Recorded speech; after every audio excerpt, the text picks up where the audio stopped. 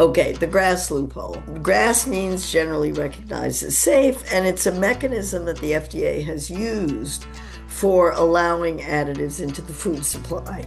The grass loophole refers to the fact that companies decide for themselves whether the additives are safe, and they may or may not inform the FDA about what they're using because all of that is voluntary.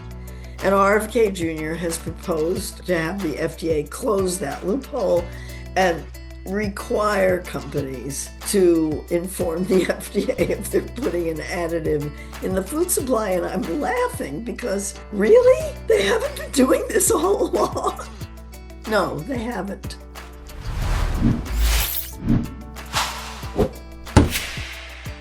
All right, folks, it's time for our favorite podcast, Cut to the Chase. Do you realize that the food you might have eaten today has absolutely zero nutritional value and might actually be making you hungry?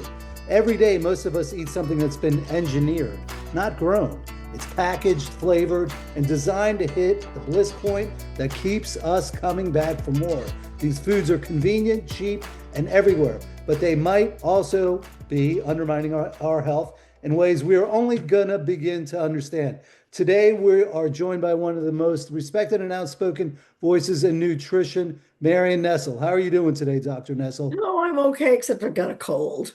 All right, well, we're going to plow through that. All right, she's a renowned author, scholar, and public health advocate whose work has shaped the national conversation about food politics, corporate influence, and what we really eat. She does an amazing blog. We're going to put that in the show notes so you can follow all of that. We've talked about ultra processed foods, what they are, how they've taken over our diets, and health policy implications. It's a very complicated discussion with lots of layers, and that's what we do on Cut to the Chase. We are going to cut to the chase and peel this. Not, it's not an onion, but we're going to do that. So I think the first question really is, what is ultra processed food?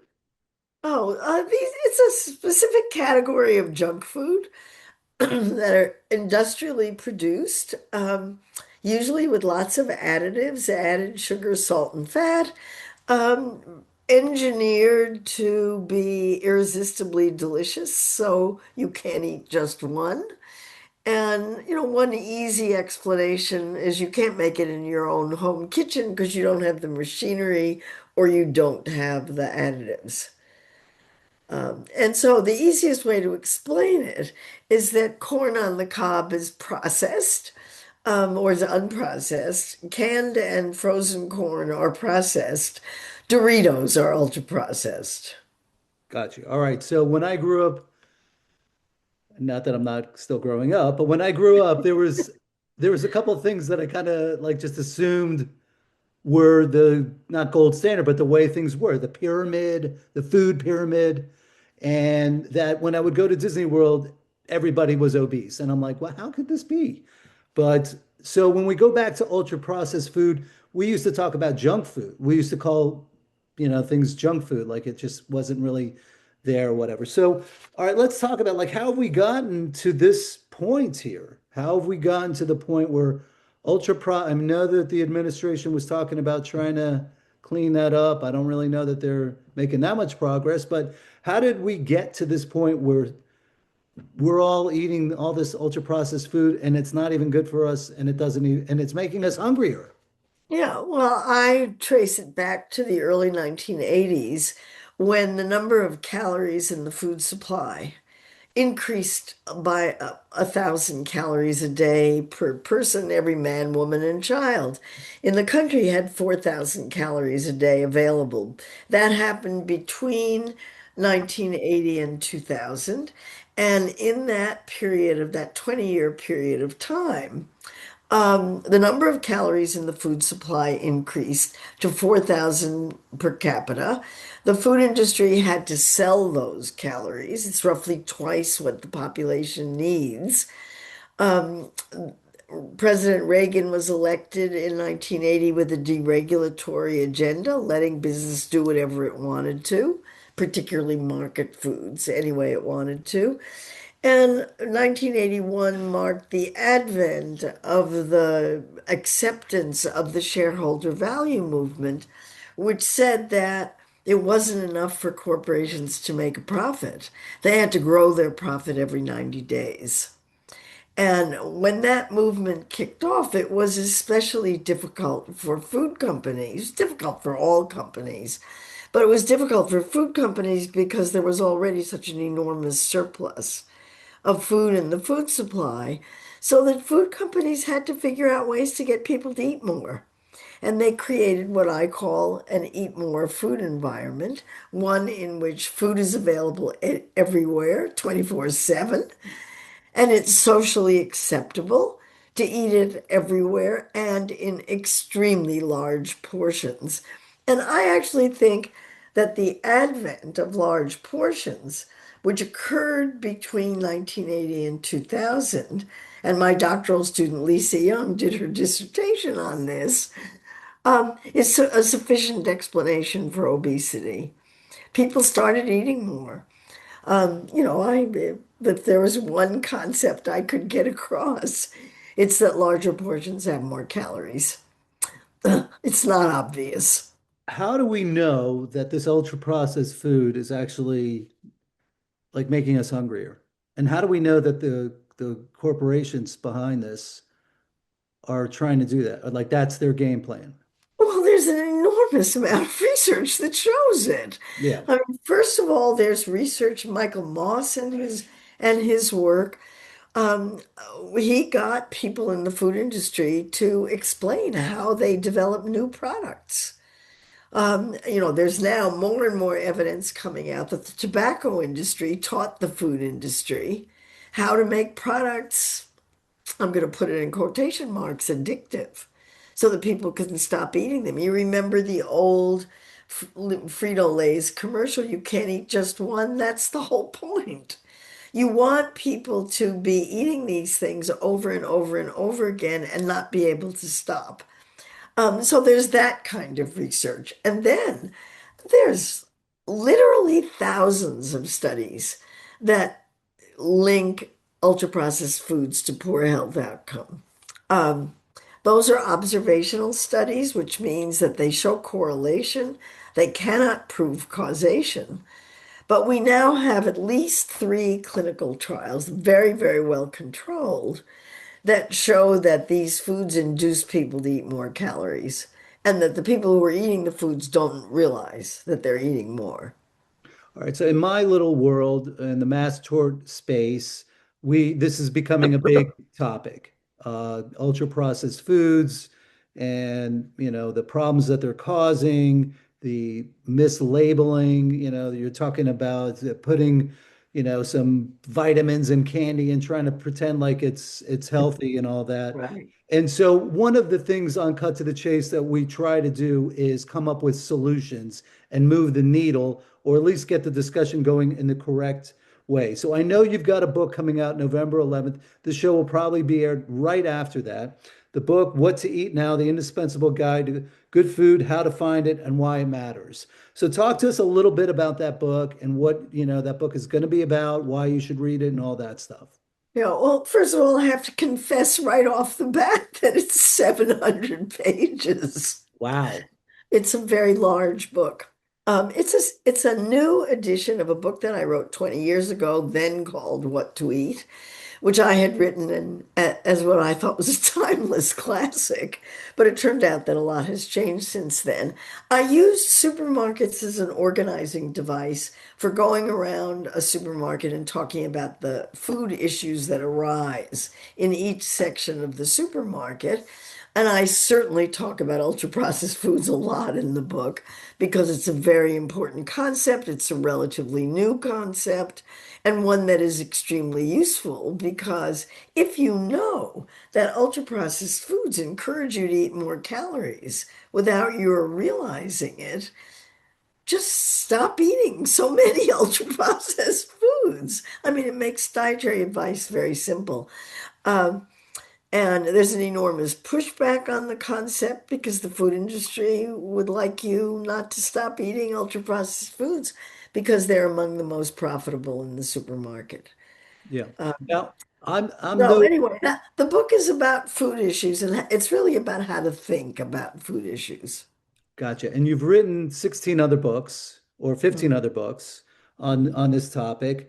And so I'm gonna, my show notes or whatever, a lot of them are very, interesting and really cut, to the core of where we're at, including the fact that I mean, some people might be listening to the show and saying, well, hey, we got the FDA, right? Food, Drug Administration. Aren't they regulating it? Why did the regulators not do what they're supposed to do, or did they do it, or maybe we're making a mountain out of a molehill? Trying to play both sides here, whatever. So talk to me about the role of the regulators here and why haven't they just done their job?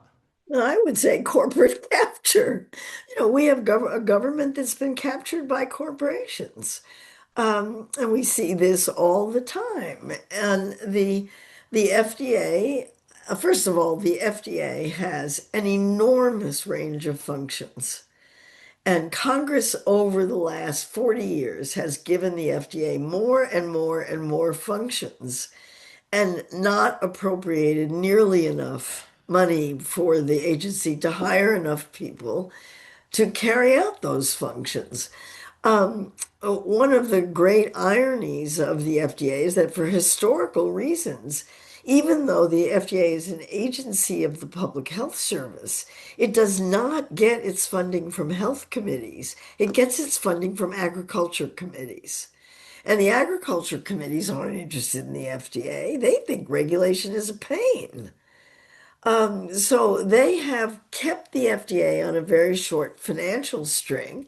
And of course, under the current administration, large numbers of FDA employees have left, either because they were fired or because they voluntarily took buyouts and left. So one of the seminars that I sat through when I was first getting into this ultra processed food debacle, basically, and you kind of referenced it, the tobacco players, from what I gleaned from that seminar or webinar, was that they basically, once everybody got on the tobacco companies and the Surgeon General, and that business model started to, not work so much.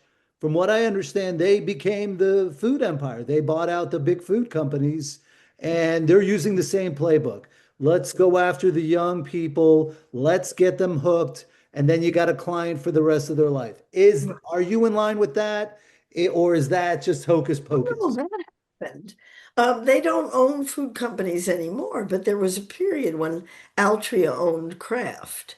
And there's now an increasing amount of evidence coming out that the Altria, Philip Morris executives who were marketing executives taught the Kraft executives how to sell food, and how to create foods that would be, again, in quotations, addictive, because I don't like to talk about food as being addictive. We have to eat to live. Um, but to make if not addictive, then irresistibly delicious, so that people just couldn't stop eating them. And that was the purpose. And they taught them how to do the research, to figure out how to do that, how to do focus group research, where you give people different kinds of things to taste and listen very carefully to what they say, and to try to achieve what they call the bliss point, which is the precise combination of salt, sugar, and fat that makes people just absolutely adore to eat what they're eating. They can't stop. Um, so they did a really good job of that. And as I said, there are more and more and more papers coming out explaining exactly how this was done. But when I was in my college days, going back to, the pyramid and everybody's obese and what's going on here. In my college days, me and my friends would gather after we studied all day, and then we would get the munchies. And as I'm doing this discussion here, I'm almost thinking that the munchies, it sounds like they were caused by the food. So you're sitting here eating Doritos and potato chips or whatever, and you think you got the munchies because you were doing illicit substances or whatever. Oh, I But thought maybe you were stoned. Well, I don't know, but I think that I don't know. Okay, but I think we've covered that. All right, so let's. I want to go back to the industry, the food industry, and its connection to the regulatory bodies. And you wrote a book, Unsavory Trust. Let's talk about a little bit of that and why, hey, I just saw a study published by some whatever, and they're saying everything is fine and hunky-dory, and the more ultra-processed foods you eat, the better. I don't know. It's better for your teeth. Something Yeah, like, no, that book was Unsavory Truth, How the Food Industry Skews the Science of What We Eat. And it was really about how the food industry sponsors research to get the kind of answers that it wants and casts doubt on research that they don't want, how they do that. And so that was one of the tobacco industry techniques. The tobacco industry was terrific at casting doubt on research that linked cigarette smoking to cancer. So they kept government agencies from regulating cigarettes for decades. And the food industry wants to do the same thing. And so, I mean, by this time, almost any food product is sponsoring research. Any food trade association, any big food company is sponsoring research. And what a coincidence! The research that they sponsor almost always comes out with results that they can use in marketing. What a surprise. And there's a whole body of research on how this happens. And that body of research shows that a lot of the influence of food companies is unconscious. The researchers don't realize that they're being influenced necessarily, and that somehow they develop the research questions in ways. Research questions can be manipulated to give you the kind of answer that you want. Um, and that's what happens. And it's at the point where I can look at the titles of articles about individual food products and read the title and I think, oh, I wonder who paid for this one. And sure enough, bingo. The sponsor was the company that would get or the product that would get the most benefit from that kind of result. So I don't think this is good for research. Um, I don't think it's good for the whole research enterprise. I wish that scientists wouldn't do this kind of research. I consider it to be marketing research. It's yeah. not basic science, it's marketing research. And when you think about the marketing, and when I did this seminar, I saw probably half an hour of their marketing, examples of marketing that they're using. Basically designed to, get the children hooked on the stuff. Mhm. And it's just really, I mean, I'm not going to give examples here, whatever, but I think people should watch TV. And when you're watching, all the ads, listen, I'm fine. I understand corporate America needs to make money. They've got shareholders, they got pressure. But to me, this is insidious. So the basic, it sounds like to dummy this down, what we have is a corporate world that wants to make money, and their way of making money is having us eat more food and designing the Yeah, food. I mean, is that where we're at right now? I mean, you could argue that adults are adults, and you can eat what you want. One of the great things about being an adult is you get to eat what you want. But it's the marketing to children that's, I think you used the word insidious, you know, unethical, immoral, because kids can't tell the difference between marketing and content, and they are easily influenced. And I don't have small kids anymore, but I know plenty of people who do, and they tell me that their 2-year-olds know everything there is to know about McDonald's, about food products, about going to the supermarket and locating the products that are aimed at them, even though these are products they never had in their house, or they didn't let their kid watch TV ads. They have no idea how their kids learned this stuff. Yeah. That's brilliant marketing. Brilliant marketing. All right. Well, so, okay, what can we do? We being the collective part of the world that is not happy that this has happened, that we're in this state of affairs. Is there anything we can do? I mean, I Oh, know yeah, there that are in a the lot. Yeah. litigation world, we can sue Yeah, and there kind are, of hit there them are in a the lot of market. things. I mean, as an individual, you can't change a food system on your own. But there are plenty of things you can do. First of all, you can not buy these products, and get your friends not to buy them. Boycotting is an excellent strategy when it works. And in a deregulatory government like the government that we have now, it doesn't make a whole lot of sense to press for regulation because you're not going to get it. But at the state level, it's quite possible to press for regulation, and some states are making some very good decisions about trying to regulate ultra-processed foods. So push for your state to do it. You can push for healthier school lunches. I mean, I'm still thinking about what individuals can do. Um, you can join organizations that are working on this issue. There are thousands of them in the United States. If I think there are things that you do on the ground, and then there are things that you do to try to create an environment in which the big ones will eventually be possible. I mean, the first thing that I would do would be to stop food companies from marketing junk food to kids. So Just stop. can you give me an example of a state that's done something good more legislatively? California's just passed a whole bunch of food additive laws. I thought those were worth doing. I mean, they want to regulate ultra processed foods in schools. I thought that was, those are they're very generous about the amount of time that companies have to comply and schools have to comply with this, but still it's a step in the right direction.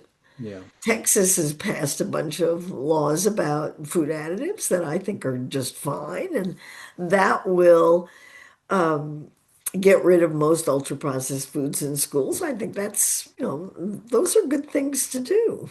Yeah. And Um, so RFK was big with the food additives. How does that fit in this whole discussion? Food additives, ultra processed food, where does that well, kind of it's fit? hard to know. I just read somewhere that food is a cover for all of the other things that RFK Jr. is doing. Um, But, I'm interested in the food things. And he said he wanted to reduce ultra processed foods. But then he started talking to food companies. So it doesn't look like he's going to be doing much about that. Color additives, he got a lot of food companies to agree to phase out color additives voluntarily. He's not very interested in regulation. He wants voluntary action. Yeah. I Well, think good color luck with additives. that. Well, he's going to get rid of color additives. Okay. So then the question is, how important is that? Well, to some people, it may be very important. I think it's trivial in comparison to a lot of other things. I mean, we need food system changes and we need to get money out of politics. And, Yeah. we need to do a lot of things like that are unlikely to happen. But while we're waiting for all of that to happen and preparing the ground for it, I think there are plenty of things that can be done on the local level Yeah. that would be quite useful. All right. So politics, local level. I mean, should people give much thought to looking for politicians that support what we're talking about over here? Yes, yes. The big problem is how they're going to pay for their election campaigns Yeah. because the big money goes into people who are not doing this kind of thing.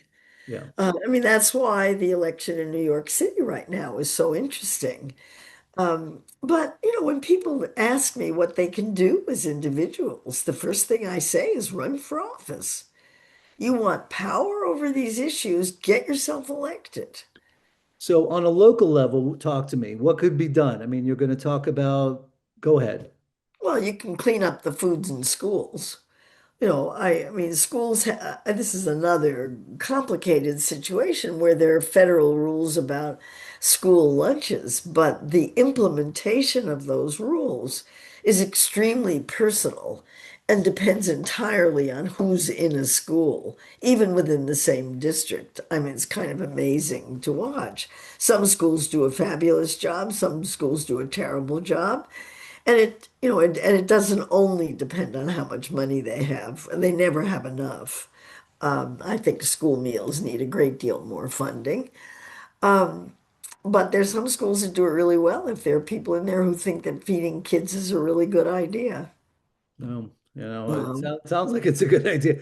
All right, I want to go back to the regulatory lobbying component of this whole issue. In researching to prepare for today, I ran across one thing that I had never heard of, and I thought it was kind of interesting in a, disturbing way, which is the GRAS loophole. uh, the Talk to me grass about that. loophole. Okay, the grass loophole.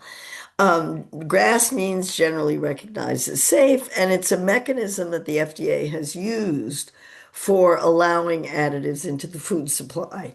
The grass loophole refers to the fact that companies decide for themselves whether the additives are safe, and they may or may not inform the FDA about what they're using because all of that is voluntary. And RFK Jr. has proposed to have the FDA close that loophole and require companies to inform the FDA if they're putting an additive in the food supply. And I'm laughing because really? They haven't been doing this all along. No, they haven't. So this is a good thing. Okay, so I know I'm still looking for solutions and thinking outside of the box here. And I kind of, when I did my research today, was thinking like, boy, this is capitalism gone awry. Okay, you got to Mhm. make money. You got shareholders. You're trying to make more money. Let's get people addicted to food and eat more and more and more and more. So it almost sounds like we've got the corporate interest versus public health, Mhm. and we're trying to reconcile it. Okay. So, we've talked about RFK going and asking for voluntary actions by the corporations.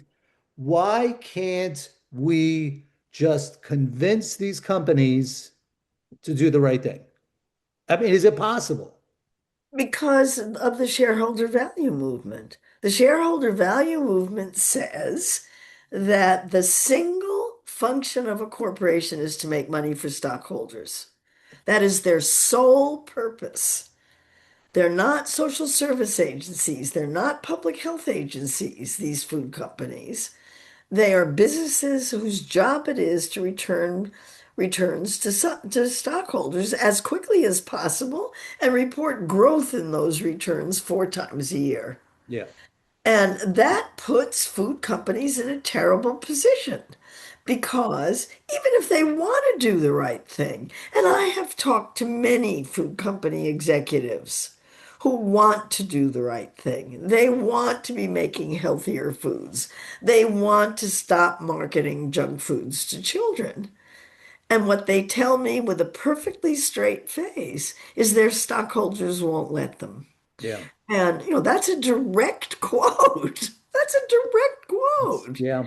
Yeah. Their stockholders won't let them. So even if they want to, I mean, they can blame the public. We're not forcing you to buy our products. If we make a healthier product, you got to buy it. And people don't want to buy food products that don't taste good and aren't addictive and aren't full of all this junk that make people want to buy the products. I mean, it's a huge problem for them. And the sellers of fruit and vegetables, which are called specialty foods by the Department of Agriculture, don't have anywhere near the kind of political or lobbying clout that the big food companies have or the big agribusiness companies have. They just don't. Yeah. Maybe if we got rid of the shareholders, if these companies would not be public and they'd be private, maybe we could get somewhere. But I don't I know. don't know. Private companies aren't that much different They're if not they're, the I'm you trying to be know, positive here, but they can, there are things that they can do that are less profit driven than but I mean, think of Walmart. Walmart is a yeah. family held operation. It would Yeah. hardly be considered a social service agency. All right. Well, I don't You know. All know? right. So let's go to the SNAP assistance. Where do you stand on SNAP? How was that program? I know that people were upset that it's not being funded the way it was. But again, in researching for today. I saw some negative takes on the SNAP program. Where are you at with that? Well, it's the only one we have. And that's all that's left in the safety net, except for WIC, the Women and Infants and Children program, which reaches a much, much smaller number of people.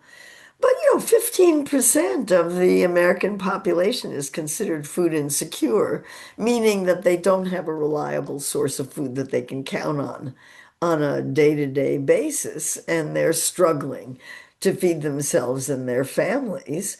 And the SNAP program, which used to be food stamps, but is now an electronic benefit program, stands between these people and outright hunger or starvation. But the SNAP program is an incentive to buy unhealthy food because they have so little money, they need to buy the most calories for the least amount of money. And there's very little incentive in SNAP to buy healthy foods, which is one of the reasons why 12 states have passed laws restricting SNAP benefits to be used for sugar sweetened beverages. In some states it's candy, in some states it's other things, but certainly sugar sweetened beverages, except for one state that is only restricting sugar sweetened beverages that are sweetened with high fructose corn syrup, but if they're sweetened with cane sugar, it's all right. Okay, whatever.